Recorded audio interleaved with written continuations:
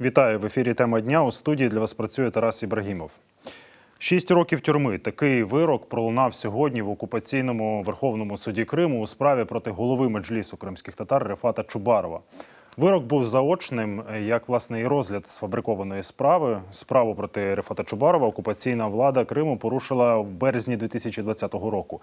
За даними окупаційного слідства, 25 лютого 2014 року, коли відбувалася, власне, анексія Криму, голова меджлісу нібито доручив своєму заступнику Ахтему Чийгозу організувати масові заворушення біля будівлі парламенту Криму в Сімферополі. Мова йде про численний мітинг 26 лютого 2014 року під стінами Кримського парламенту. Тоді, як ви пам'ятаєте, тисячі кримських татар та українців прийшли у центр міста, аби висловити свою незгоду з діями Росії в Криму, а також засвідчити позицію про територіальну цілісність України. Вже потім дії кримських татар окупаційна влада розцінила як масові заворушення. Через рік окупанти відкрили незаконні кримінальні провадження проти заступника голови меджлісу Ахтема Чийгоза та ще 7 кримських татар. Згодом Ахтема Чийгоза окупанти засудили у цій справі до 8 років позбавлення волі. І от, власне, справу проти Чубарова за аналогічними звинуваченнями окупанти, як я вже сказав, порушили через кілька років після цих подій у 2020-му. І сьогодні у цій справі пролунав незаконний вирок. Пропоную подивитись, як це було. Суд приговорил Чубарова Рефата Абдурахмановича признать виновным в совершении преступлений, предусмотренных уголовным законом с назначением наказания. По части 1 статьи 212 Уголовного кодекса в редакции 13 июня 1996 года к 6 годам лишения свободы без справедливой колонии общего режима. По части 2 статьи 208 со значком 1 в редакции от 21 июля 2014 года штраф в размере 10 тысяч рублей с лишением права занимать должности, связанные с осуществлением функций представительной власти, организационно-распорядительных и административно-хозяйственных полномочий сроком на 1 год. Отже, ми, власне, побачили оголошення незаконного вироку сьогодні в окупаційному Верховному суді Криму, а тим часом, коли відбувалося оголошення заочного вироку, під стіни Верховного суду зібралися кримські татари, аби підтримати Рефата Чубарова і висловити свій протест з діями окупаційної влади в Криму і висловити протест на оголошення заочного вироку. І до нас доєднується активістка Лейла Яшлавська. Вона сьогодні також була під стінами Верховного суду. Лейла, добрий вечір. Добрий вечір, Тарас. Лейла, хотілося б почути від вас, якою була реакція кримських татар, які сьогодні і зібралися під стінами Верховного суду, аби висловити свій протест, чи то підтримку Рефату Чубарову. І, власне, можливо, ви вже спілкувалися з іншими кримськими татарами, з людьми у Криму і обговорювали сьогоднішній заочний вирок. Як реагують кримські татари? Ну, реакция, наверное, ожидаема.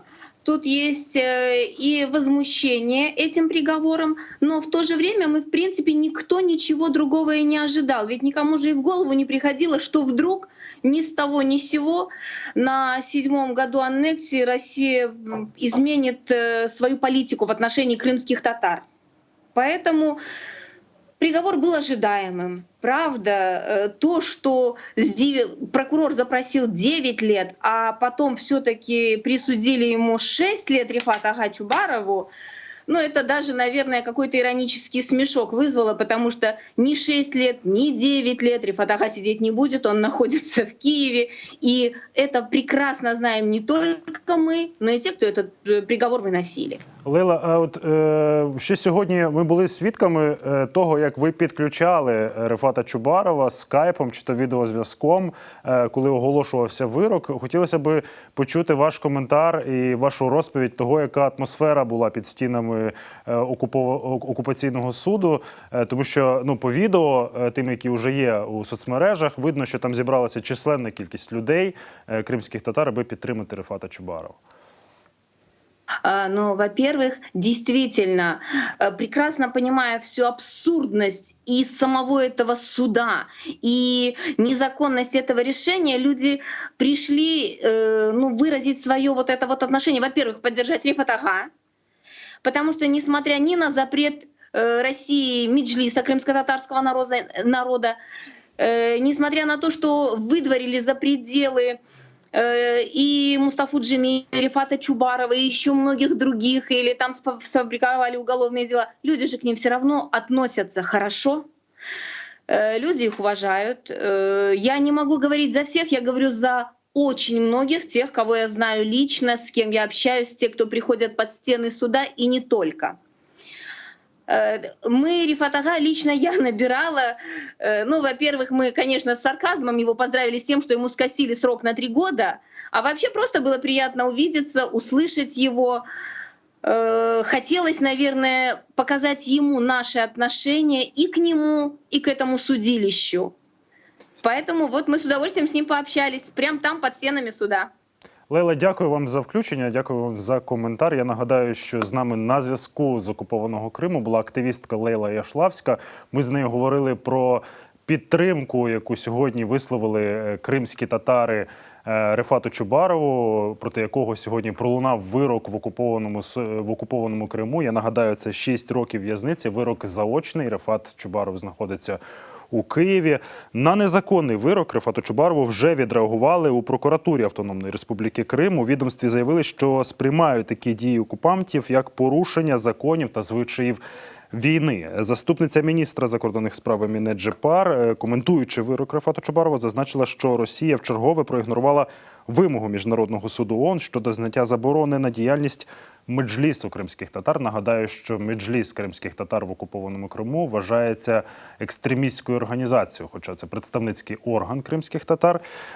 Еміне Джепар також зазначила, що ігноруючи, власне, вимогу Міжнародного суду ООН щодо зняття заборони на діяльність Меджлісу, Росія натомість продовжує в окупованому Криму, цитую, практику ганебних судилищ проти кримських татар. А з нами на зв'язку вже є Рифат Чубаров. Рифат Ага, добрий вечір.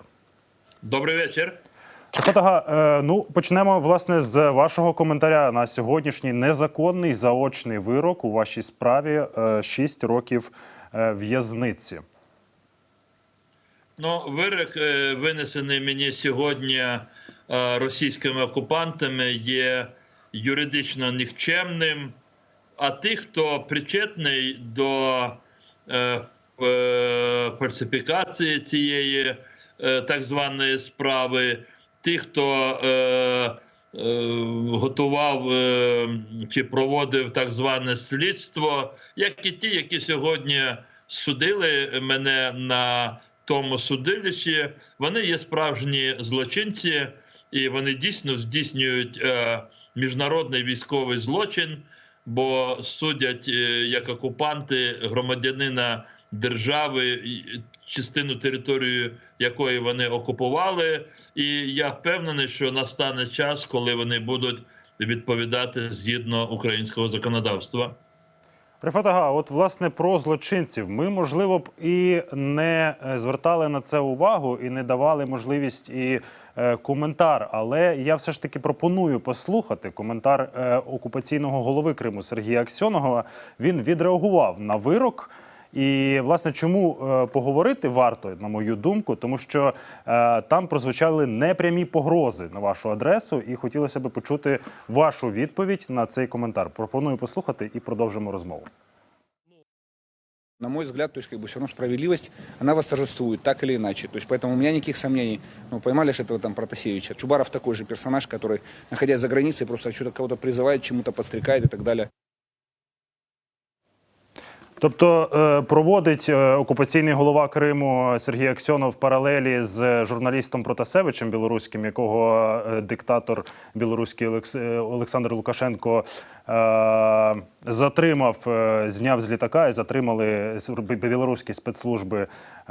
І, власне, тут він проводить аналогії і, вочевидь, натякає на те, що натякає на що, як ви думаєте? Ну, дивіться,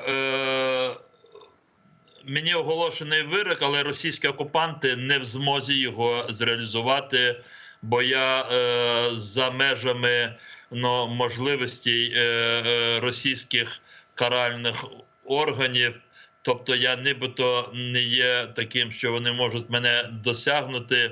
Але тут все може бути, бо ніхто ж зараз не буде спорити з тим, що щодо розробки спеціальних операцій по фізичному знищенню, проще кажучи, вбивству своїх опонентів, ворогів, Путін, він зараз от в такому знищенні він перевершив усіх живих і мертвих диктаторів.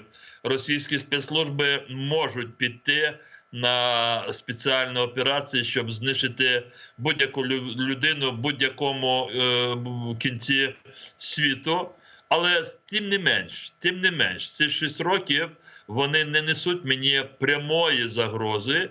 І тут нам треба всім говорити, думати і розробляти дії для того, щоб врятувати сотні реальних політв'язнів Криму, які зараз мають дуже великі терміни, знову ж незаконні терміни ув'язнення по 12, 13, 17 років ув'язнення. Більшістю це кримські татари. Ви знаєте, Тараса є 2 брати – Узеїр і Тимур Абдулаєви. Вони на 2 мають 30 років, як нібито екстремісти і терористи. І Тимура вони, російські окупанти, практично вбивають щоденно в тій тюрмі в Башкортостані, де він знаходиться. Є багато інших політв'язнів. Є Сервер Мустафаєв, Емір Усеїн Куку, Ремзі Бекіров, і ми могли би дуже багато з вами назвати прізвищ. Є десятки молодих людей, яких насильницьки було викрадено, і ми не знаємо, де вони, жодної звісточки. От це, я думаю, що сьогоднішній вирок мені, як і іншим моїм товаришам, які тут знаходяться на материковій частині України, це є привід для того, щоб нам говорити про наших громадян, співвітчизників, які зараз знаходяться в реальних умовах, реальних російських в'язниць. Так, тут, власне, варто зазначити, що ситуація, безпрецедентна ситуація з Теймуром Абдулаєвим, політв'язнем, фігурантом сімферопольської справи Хізбут Тахрір, вона, власне, в чому полягає? Теймура вже більше року утримують у штрафному ізоляторі в колонії в Башкортостані. І, власне, ця безпрецедентна ситуація, порушення прав проти нього, ми обговорювали буквально напередодні в ефірі «Теми дня», тому можна передивитися цей ефір. Рифат Ага, все-таки резюмуючи ситуацію з вашим заочним вироком, тобто ви не відчуваєте небезпеки по відношенню до себе з боку чи то окупаційної влади, чи російської влади, тому що ми розуміємо, що все-таки рішення про порушення кримінальної справи проти вас, і про вирок, воно приймалося, звісно, не в окупованому Криму, а десь у Москві. Скажімо так, я не відчуваю більшої загрози, ніж десятки тисяч людей в Україні, які реально протистоять російській агресії, і їх імена відомі. Тобто більшої загрози, ніж вони, я не відчуваю. Все може бути в нашому житті. Треба просто бути обережними, щоб не попастися в ті капкани, які можуть розставити російські спецслужби. Можу просто, не розкриваючи деякі деталі, сказати, що за ці вже більше ніж 7 років російської агресії і тимчасової окупації Криму, були деякі випадки, якими доводилося займатися і спецслужбам України, і мені особисто, для того, щоб уникнути таких реальних загроз. Але, слава Богу, це все залишилося позаду. Нам треба, поки існує російський агресор, поки йде війна, нам треба всім бути максимально обережними. Рифат Ага, і на сам кінець, ми розуміємо, що вирок, який ви назвали юридично нікчемним, його мета, і ми про це вже говорили з вами в ефірі «Теми дня», піднімали цю тему, що його мета цього незаконного вироку – це створити таку картинку про кримських татар-екстремістів, що начебто вони порушники закону, І як вам вбачається, чи вдається окупаційній владі в Криму все-таки створити цю атмосферу, що от і Меджліс кримських татар, представницький орган, він визнаний екстремістською організацією, діяльність представницького органу заборонена. Проти вас порушена кримінальна справа, вже є вирок. Тобто, чи вдається все-таки оцей наступ, який ведеться окупаційною владою, чи досягається якийсь певний результат? Тому що ми сьогодні вмикали власне активістку Лейлу Яшлавську, і вона вас вмикала також під стінами окупаційного суду в Криму. І це був такий відеозв'язок, якраз коли оголошувався вам вирок.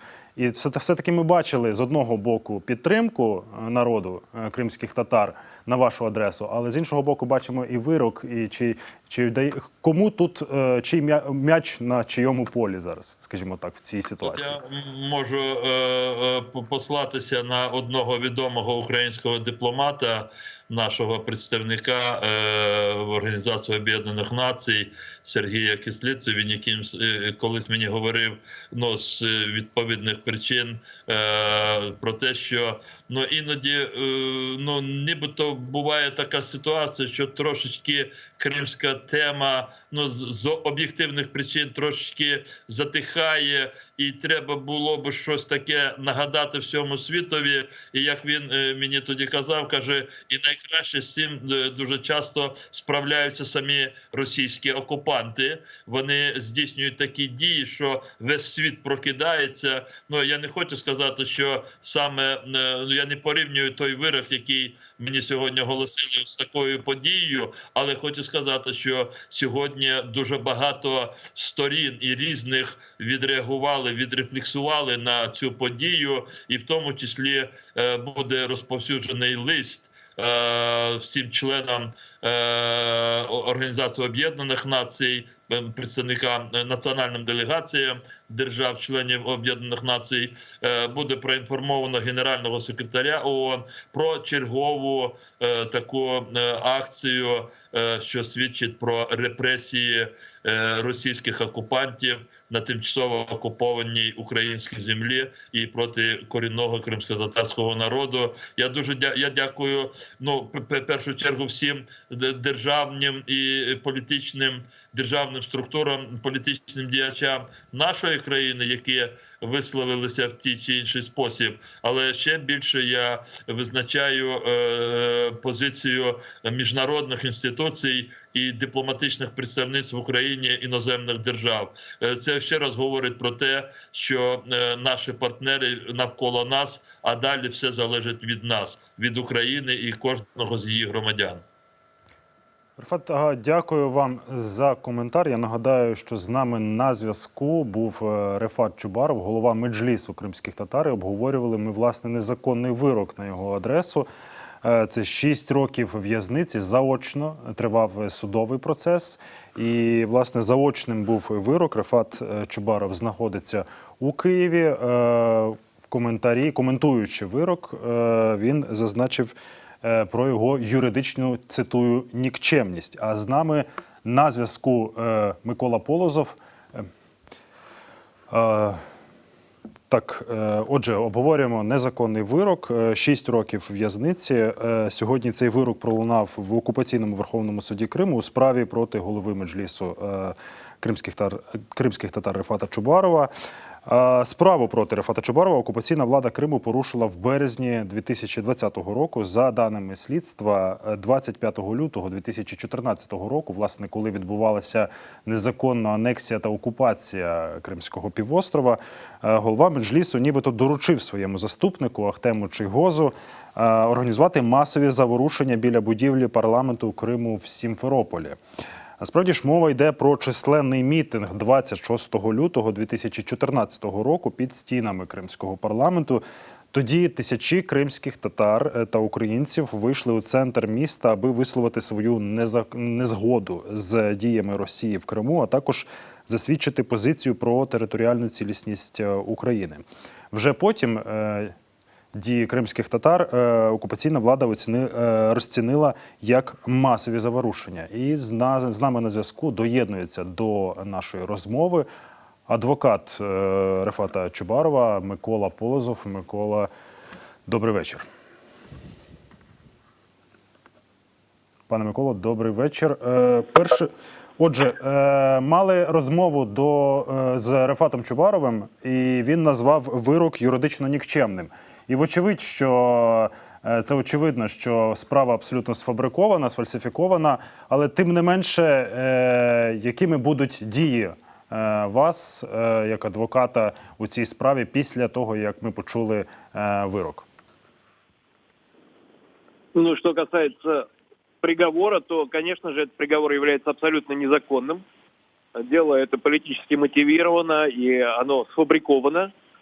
Цель российских властей – это, конечно же, попытаться через этот приговор на политическом уровне дискредитировать Рефата Чубарова. Что касается дальнейших действий защиты, то сегодня я уже подал апелляционную жалобу как на сам приговор, так и на постановление судьи Верховного суда Крыма Васильева, который незаконно не допустил меня в качестве защитника Рефата Чубарова участвовать в этом деле. Кроме того, адвокат по назначению также будет подавать апелляционную жалобу. Естественно, никаких иллюзий относительно третьего апелляционного суда и последующего обращения в четвертый конституционный суд никто не питает, но это необходимое условие для подачи жалобы в Европейский суд по правам человека, и именно в этом направлении мы будем двигаться. Пане Миколо, тут очевидно, що, як ви зазначили, що не варто сподіватися на те, що щось зміниться в апеляційному суді. І, власне, Рефат Чубаров, я цитую, назвав вирок юридично нікчемним, і ви говорите про сфабрикованість справи. То чи варто в такому випадку все ж таки рухатися в юридичному полі, в юридичному напрямку? І чого тоді, якщо ми не очікуємо нічого там в апеляційному суді? Я розумію, що мова йде про Європейський суд з прав людини, але чи, можливо, варто сфокусуватися на політичних кроках? Тому що ви говорите про дискредитацію, на спробу дискредитації Рефата Чубарова окупаційною владою, то, можливо, все-таки чи планується вами і Рефатом Чубаровим діяти в тому числі в політичному полі? Нет, безусловно, работа будет вестись не только юридическая, она тоже необходима, хотя бы для того, чтобы пройти необходимые процедуры для последующего обращения в международные инстанции. Что касается политической работы, политической защиты, конечно же, она будет производиться дальше. И тем более в этом году, летом, должен состояться саммит Крымской платформы. Я думаю, что как раз какая-то часть этого саммита будет посвящена действиям оккупационной власти и не только преследованию Рефата Чубарова, но и других политзаключенных в оккупированном Крыму. Все-таки от про дискредитацію. Як ви вважаєте, чи вдається окупаційній владі досягати, не тільки насправді у справі проти Рефата Чубарова, тому що більше сотні кримських татар знаходяться за ґратами за сфабрикованими звинуваченнями. Чи вдається все-таки окупаційній владі і Росії сформувати такий імідж екстремістів, терористів кримських татар, можливо, на міжнародній арені? По счастью, эти фейковые дела никто всерьез не воспринимает. Однако это не означает, что российские власти будут сидеть сложа руки. Они используют репрессивный аппарат для достижения своих целей и пытаются воздействовать на Запад, в том числе вот такими абсолютно примитивными методами, как вынесение сфабрикованных приговоров. І резюмуючи, на завершення, вирок заочний, ми про це говорили сьогодні із Рефатом Чубаровим, і обговорювали це в контексті заяви окупаційного голови Криму Сергія Аксьонова. Він згадав, коментуючи вирок Рефата Чубарова, він згадав білоруського журналіста Протасевича, який зараз знаходиться у в'язниці і внаслідок спецоперації в Білорусі, коли посадили літак білоруська влада. І, власне, це така непряма погроза. Чи варто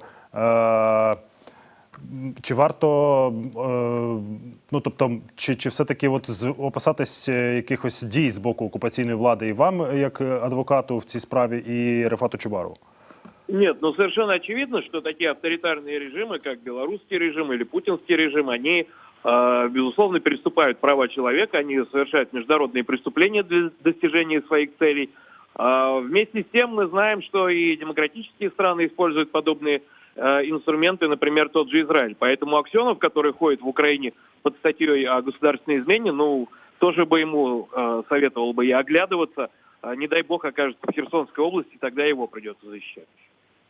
Дякую вам за коментар. Я нагадаю, що це був адвокат Микола Полозов. Він, власне, коментуючи вирок Рефату Чубарову, заочний вирок, який сьогодні пролунав в окупаційному суді в Криму, 6 років в'язниці у справі проти голови Меджлісу кримських татар Рефата Чубарова, зазначив, що вирок буде оскаржений. Втім, захист не має ілюзій з приводу подальших рішень і окупаційних судів в Криму, і російських судів в Росії.